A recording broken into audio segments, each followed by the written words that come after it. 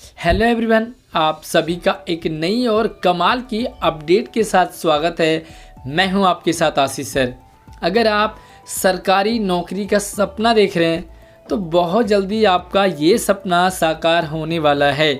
आपके सपने को पूरा करने के लिए DSSB ने बहुत बड़ी संख्या में टीचिंग स्टाफ और नॉन टीचिंग स्टाफ के लिए भर्ती निकाली है, जिसमें कि टीचिंग स्टाफ के लिए आपके पास बीएड की डिग्री होना कंपलसरी है और नॉन टीचिंग स्टाफ के लिए आपके पास मिनिमम क्वालिफिकेशन 10वीं और 12वीं पास होना ज़रूरी है। इसका मतलब अगर आप नॉन टीचिंग के लिए अप्लाई करना चाहते हैं तो 10वीं 12वीं पास भी आप अप्लाई कर सकते हैं। साथ ही बीएड का टीचिंग के लिए बहुत ज़रूरी है। तो चाहे आप 10वीं 12वीं पास हो या आप टीचिंग फील्ड में जाना चाहते हैं तो इस वीडियो को पूरा एंड तक ज़रूर देखिए और आगे बढ़ते हैं। इससे पहले वीडियो को लाइक कर दीजिए, अपने दोस्तों को भी शेयर कीजिए। साथ ही इसी तरह से नई नई अपडेट के लिए हमारे चैनल को सब्सक्राइब करने के साथ साथ और नोटिफिकेशन को ज़रूर ऑन कर लीजिए। तो चलिए शुरू करते हैं।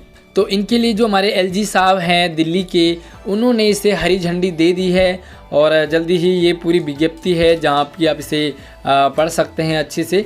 तो जो भी इसके जो मेन पॉइंट है वो मैंने आपको बता दिया है कि बहुत जल्दी आपकी जो रिक्रूटमेंट है वो आपको देखने को मिलने वाली है। और यहाँ पर जो पूरी विज्ञप्ति है यानी कि पूरी वैकेंसी है, कौन कौन से पोस्ट के लिए कितनी कितनी वैकेंसी होने वाली है, साथ ही मिनिमम क्राइटेरिया क्या होगा।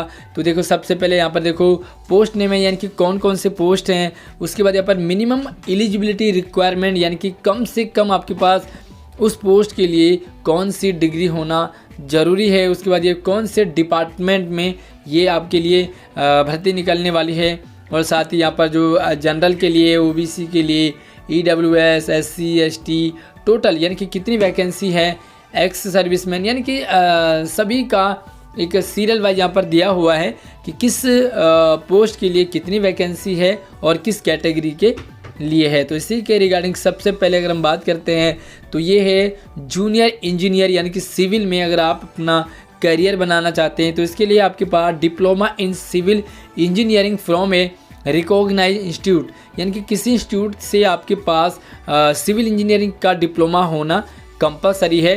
और ये जो वैकेंसी है ये NDMC MCD में निकले हैं, जो कि DSSB के माध्यम से ही होता है। और इसमें जो सैलरी होती है वो जैसे दिल्ली गवर्नमेंट देती है उसी तरह यहाँ पर पूरी सैलरी मिलती है, पूरी फैसिलिटीज़ मिलती है और काफ़ी अच्छा यहाँ पर स्कोप है। तो आप देख सकते हैं कि भर्ती किस स्टार्टिंग से है और टोटल भर्ती आपके पास 88 इसके लिए है। और उसके बाद हम आगे बढ़ते हैं तो यहाँ पर आपको देखने को मिलता है अलग अलग स्कोप में। जैसे यहाँ पर देखो MCD में है, साउथ दिल्ली MCD में है। और इसी के साथ अगर हम आगे बढ़ते हैं तो ये रहता है आपके लिए जूनियर इंजीनियरिंग यानी कि इलेक्ट्रिकल। अगर आप इलेक्ट्रिकल फील्ड से हैं तो आपके पास diploma in electrical engineering from a recognized institute यानी कि आपके पास इंजीनियरिंग होनी चाहिए इलेक्ट्रिकल से। और भर्ती आप देख सकते हैं कि कितनी भर्ती है, हर कैटेगरी के अकॉर्डिंग भर्ती यहाँ पर है। और इसी तरह से जो ये जूनियर इंजीनियर इलेक्ट्रिकल है और ये सीनियर ऑफिसर ये इलेक्ट्रिकल है, तो दोनों के लिए। उसी के बाद यहाँ पर असिस्टेंट इंजीनियर इलेक्ट्रिकल में डिग्री इन इलेक्ट्रिकल इंजीनियरिंग, यहाँ पर आपको डिग्री चाहिए और ऊपर वाले में आपको डिप्लोमा चाहिए। उसके बाद आप यहाँ पर 1 by 1 देख सकते हैं कि मैट्रिकुलेशन और एविल्यूएंट यानी कि आपके पास अगर 10वीं पास हैं आप तो ये पोस्ट आपके लिए जैसे कि PE ऑफ सेक्रेटरी है, LDC के लिए आप अप्लाई कर सकते हैं। जूनियर स्टेनो है, स्टेनो इंग्लिश के लिए है, स्टेनो हिंदी के लिए और LDC के लिए आप यहाँ पर अप्लाई कर सकते हैं। साथ ही जूनियर सेक्रेटरी असिस्टेंट के लिए आपको मिनिमम 10th पास आपका होना है चाहिए। तो आप यहाँ पर जो DTC में निकले हैं, MCD में निकले हैं, तो ये BMB में, तो ये अलग अलग डिपार्टमेंट है, वहाँ पर आपको ये भर्ती देखने को मिल सकती है। उसके बाद हम आगे बढ़ते हैं तो फील्ड क्लर्क यानी कि फील्ड क्लर्क के लिए भी आपके पास 10th होना चाहिए। स्टेनो ग्रेड 3rd के लिए और जूनियर असिस्टेंट ग्रेड 4th के लिए सारा आप यहाँ पर अप्लाई कर सकते हैं। स्टेनो टाइपिस्ट है, स्टेनो ग्रुप 3rd है, LDC है स्टेनो, तो ये LDC है। यहाँ पर आपको 10वीं पास अगर आप हैं तो इसके लिए आपको अब यहाँ पर आ गए हैं जैसे 12वीं पास। 12th पास और इक्विवेलेंट यानी कि अगर आपने 12th पास किया है या इसके समकक्ष हैं तो आप यहाँ पर इसके लिए अप्लाई कर सकते हैं। जैसे कि जूनियर स्टेनो इंग्लिश का है, LDC junior assistant, junior steno English से है, पर्सनल असिस्टेंट है, LDC है, तो यहाँ पर आप देख सकते हैं क्लर्क है, क्लर्क असिस्टेंट है। तो एक बाय एक आप यहाँ पर भर्ती को देख सकते हैं। जैसे कि junior stenographer Hindi English, okay यहाँ पर। उसके बाद यहाँ पर देखो assistant teacher primary, assistant teacher primary के लिए तो आपके पास यहाँ पर 12th पास, अगर आप असिस्टेंट टीचर प्राइमरी का बनना चाहते हैं तो आपको मिनिमम 12th पास होना चाहिए। उसके बाद देखो 2 year diploma certificate in course elementary teacher education, यानी कि टीचिंग का आपके पास 2 साल की डिग्री होनी चाहिए, डिप्लोमा होना चाहिए 12th पास के बाद। तो आप 12th पास के बाद भी टीचर बन सकते हैं।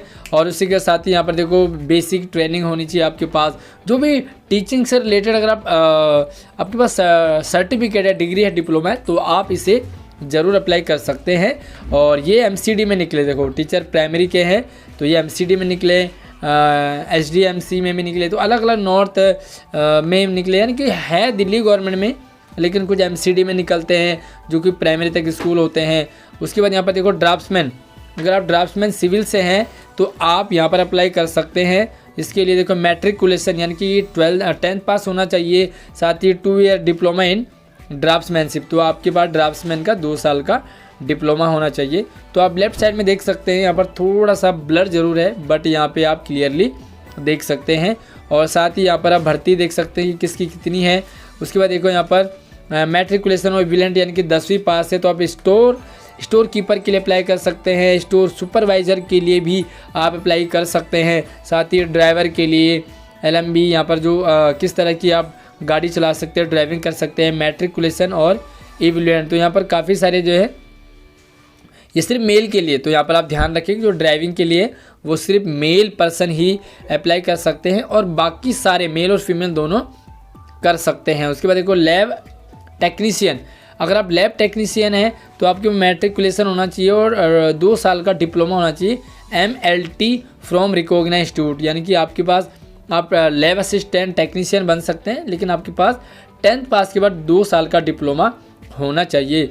लैब टेक्नीशियन तो अलग अलग ग्रेड के हैं, यहाँ पर अलग अलग जगह हैं, यानी कि कुछ NDMC में है, कुछ MCD में है। उसके बाद यहाँ पर देखो फार्मिस्ट है तो 10+2 आपका होना चाहिए, साथ ही B फार्मा आपके पास डिग्री हो और साइंस स्ट्रीम से आपने PCB 10+2 आपने किया है तो आप इसके लिए अप्लाई कर सकते हैं और अपना करियर बना सकते हैं। साथ ही आप देखो यहाँ पर फार्मासिस्ट है, उसके बाद देखो डिस्पेंसर के लिए मैट्रिकुलेशन डिप्लोमा इन फार्मेसी, आपके पास फार्मेसी का डिप्लोमा होना चाहिए, साथ ही आपके पास 10+ यानी कि 10वीं पास मिनिमम है। और इसी तरह से देखो फार्मासिस्ट का इसके लिए साइंस होना ज़रूरी है। उसके बाद यहाँ पे देखो 10+ होने के बाद डिप्लोमा सर्टिफिकेशन इन नर्सिंग, तो नर्सिंग का आपके पास है तो आप ANM बन सकते हैं, जो भी ANM है, जैसे आशा आंगनवाड़ी में ये रहते हैं। उसके बाद यहाँ पर स्टाफ नर्सिंग ऑफिसर है और इसके लिए भी आपको नर्सिंग का होना ज़रूरी है। उसके बाद देखो डिग्री इन लॉ, अगर आप लीगल असिस्टेंट बनना चाहते हैं तो डिग्री लॉ में आपके पास डिग्री होनी चाहिए, असिस्टेंट लॉ ऑफिसर बन सकते हैं। उसके बाद एग्रीकल्चर के लिए सेक्शन ऑफिसर अगर आप बन रहे हैं तो आपके पास डिग्री इन एग्रीकल्चर।